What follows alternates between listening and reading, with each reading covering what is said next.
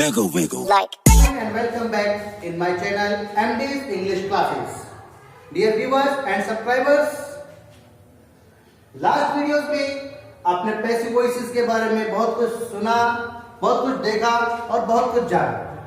Passive constructions क्या होते हैं, पैसिव वॉइस जिस पैटर्न पे बनाए जाते हैं उस पैटर्न में टेंसेस चेंज कैसे होते हैं, उसके अलावा एक्टिव वॉइस से पैसिव वॉइस में और पैसिव वॉइस से एक्टिव वॉइस में बनाने के लिए हमें कौन से मेथड का यूज करना चाहिए, उसके अलावा always we use third form of the verb in passive form. हमें कोई भी एक्टिव वॉइस किसी भी टेंस में हो या मॉडल के साथ में हो, जब हम उस एक्टिव वॉइस को पैसिव वॉइस में कन्वर्ट करते हैं, पैसिव वॉइस में कन्वर्ट करते वक्त तीन चीजें हमें ध्यान रखनी होगी। We have to understand, we have to get, we have to learn what we learn. Only three things. First is change in helping verb. First is change in helping verb. Generally we change next tense helping verb. If the active voice sentence is an affirmative sentence, either we can say present indefinite sentence. अगर sentence मान लीजिए present indefinite tense का sentence है और उसको हम passive voice में convert कर रहे हैं, तो वहां पर हम किसका यूज करेंगे? We have to use is, am, are as an helping verb in passive form.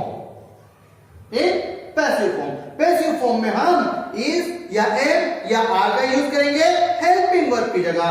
बिल्कुल ये सारी चीजें आप पिछली वीडियोस में स्टेप बाय स्टेप सीख चुके हैं। आज बहुत ही इंपॉर्टेंट और जहां गलतियां होने के चांसेस ज्यादा रहते हैं वो आपके सामने है। फ्यूचर टेंस का पैसिव बनाना, साथ ही साथ अगर किसी सेंटेंस में मॉडल दिया हुआ हो, एक्टिव वॉइस में मॉडल दिया हुआ हो। अब देखिए मॉडल, इसका टेंस पे इफेक्ट नहीं पड़ता।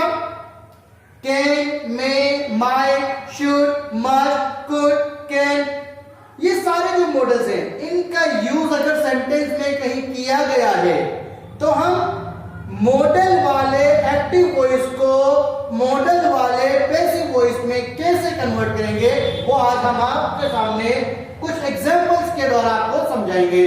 सो you have to learn how to convert modal sentences, how to convert active voice future tense in passive voice।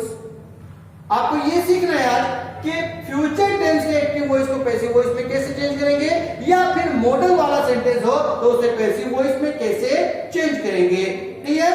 सो इससे पहले मैंने आपको बताया था टोटल 12 सेंटेंसेस में से 8 सेंटेंसेस ऐसे हैं, 8 टेंस ऐसे हैं जिनके हम पैसिव वॉइस कन्वर्ट कर सकते हैं। 4 टाइप ऑफ टेंस ऐसे हैं जिनके हम पैसिव नहीं बना सकते। कौन कौन से थे वो? प्रेजेंट परफेक्ट कंटिन्यूअस जिसका पैसिव नहीं बनता, पास्ट परफेक्ट कंटिन्यूअस जिसका पैसिव नहीं बनता, फ्यूचर परफेक्ट कंटिन्यूअस जिसका पैसिव नहीं बनता, साथ ही साथ फ्यूचर कंटिन्यूअस टेंस जिसका पैसिव भी नहीं बनता। रेस्ट ऑफ जितने भी टेंसेस हैं, 8 टेंसेस हैं, उनका पैसिव बनता है। प्रेजेंट के तीनों टाइप्स, पास्ट के तीनों टाइप्स लास्ट वीडियो में आप पढ़ चुके हैं।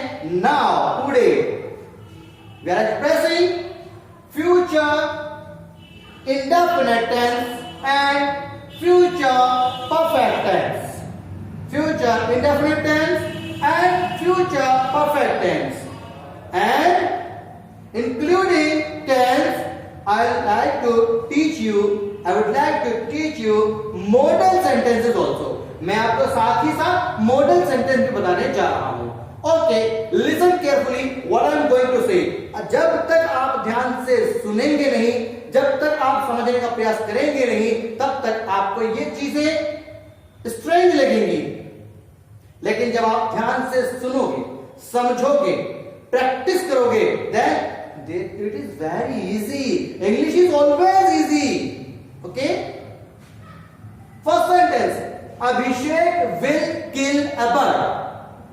Future indefinite tense, Abhishek will kill a bird. Abhishek एक पक्षी मारेगा.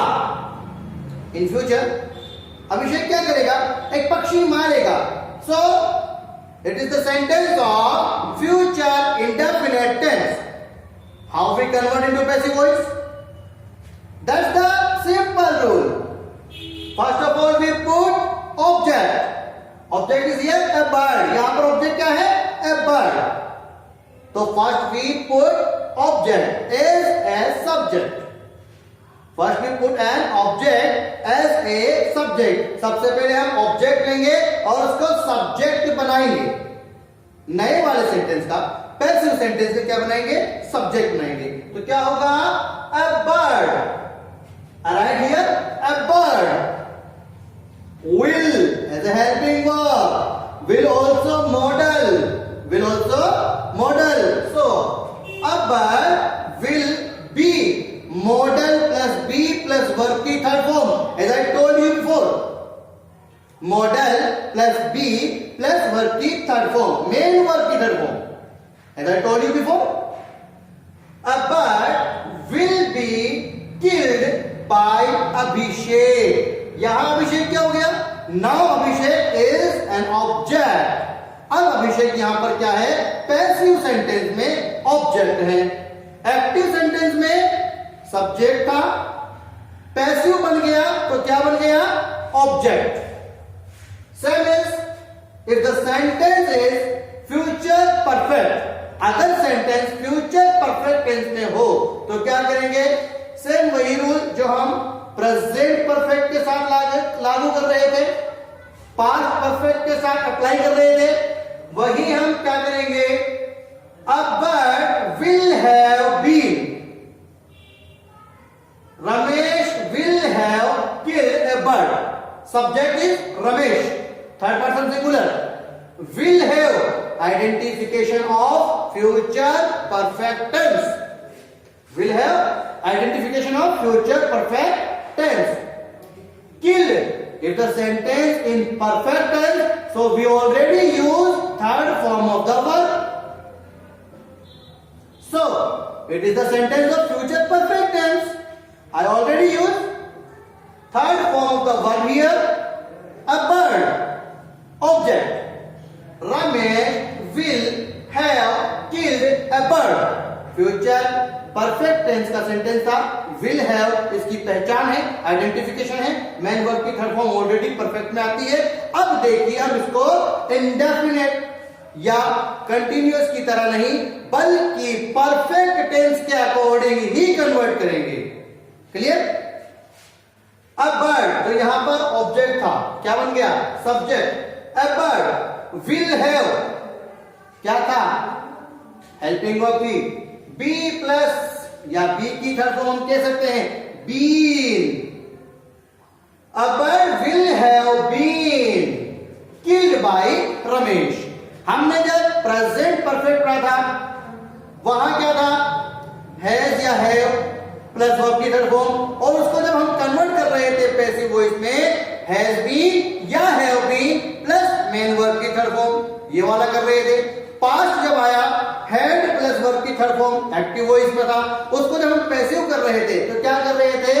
Had been plus main verb की थर्ड फॉर्म. इसी तरीके से हमने यहां क्या किया? विल हैव प्लस वर्ब की थर्ड फॉर्म हमारे पास थी. हमने क्या किया? Will have been plus verb की थर्ड फॉर्म. रमेश यहां पर सब्जेक्ट था और पैसिव वॉइस कन्वर्ट करेंगे तो क्या होगा?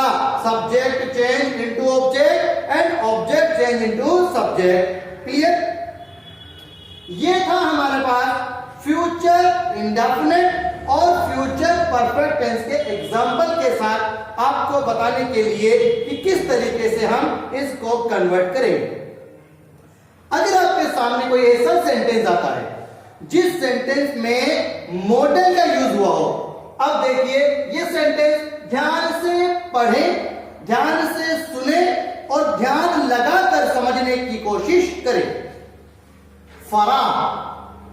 Farah it is a name means subject. Farah can model.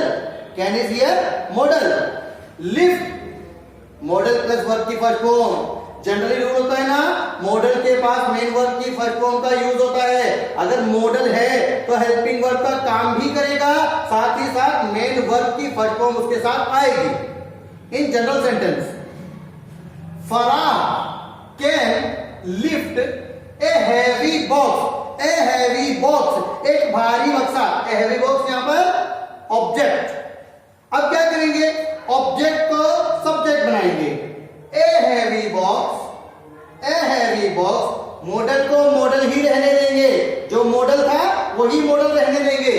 A heavy box can, यहां पर कैन मॉडल था, यहां पर भी कैन मॉडल रखा हमने, but modal plus be plus main verb की थर्ड फॉर्म। अब क्या होगा, a heavy box can be according to structure lifted. Lifted कहां से आया, यहां पर लिफ्ट मेन वर्ब की फर्स्ट फॉर्म थी बिकॉज ऑफ मॉडल, यहां पर लिफ्टेड थर्ड फॉर्म है according to passive construction, according to structure. Clear, a heavy box can be lifted by Farah. Farah यहां पर सब्जेक्ट थी, क्या हो जाएगा, ऑब्जेक्ट। क्लियर। इसी तरीके से जरूरी नहीं है कि सिर्फ अप्लाई हो कैन के साथ, जितने भी मॉडल्स हैं उनके साथ हम क्या करेंगे, modal plus be plus verb की थर्ड फॉर्म। क्लियर। एक और एग्जांपल आप समझें, यू शुड लर्न। देखिए यहां पर शुड मॉडल है, लर्न मेन वर्ब की फर्स्ट फॉर्म है, सो मॉडल प्लस वर्ब की first form. You should learn English. तुम्हें इंग्लिश सीखना चाहिए, ऑब्वियसली सीखना चाहिए because it is an international language. Clear. You should learn English. English, English एक सब्जेक्ट होता है, बट यहां इंग्लिश क्या है, object. English is object here, so first of all we put an object as a subject. First of all, we put an object as a subject. हम सबसे पहले क्या करेंगे, इस ऑब्जेक्ट को उठा करके जो नया बनने वाला सेंटेंस है उस सेंटेंस में सब्जेक्ट की जगह पर रखेंगे। क्लियर। क्या बना, इंग्लिश शुड। यहां कैन का हमने कैन रखा था, मॉडल सेम था, सेम प्रोसेस। शुड का हमने शुड रखा, English should be learned, learn, learn and learn। Third form का verb, model plus be plus main verb की third form. English should be learn by you. So dear guys, ये दोनों तरह के examples आपके लिए इसलिए थे ताकि आप इजी वे में किसी भी एक्टिव वॉइस को पैसिव वॉइस में कन्वर्ट कर सकें। सो नाउ आई होप, मैं उम्मीद करता हूं कि ये नॉलेज, ये ज्ञान आपके लिए फायदेमंद होगा, बेनिफिशियल होगा, लाभदायक होगा। अब आगे जो वीडियोस आप देखेंगे वो आपके लिए और भी ज्यादा महत्वपूर्ण, और भी ज्यादा इंपॉर्टेंट और भी ज्यादा बेनिफिशियल होने वाले हैं। बिकॉज व्हाई, क्यों, क्या, कब, ये बहुत सारे क्वेश्चन आपके दिमाग में आ रहे हैं। इसलिए क्योंकि रीड का complete English syllabus next videos में आप देखेंगे, सुनेंगे और पढ़ेंगे। Clear. So okay, have a nice day, nice to meet you, bye.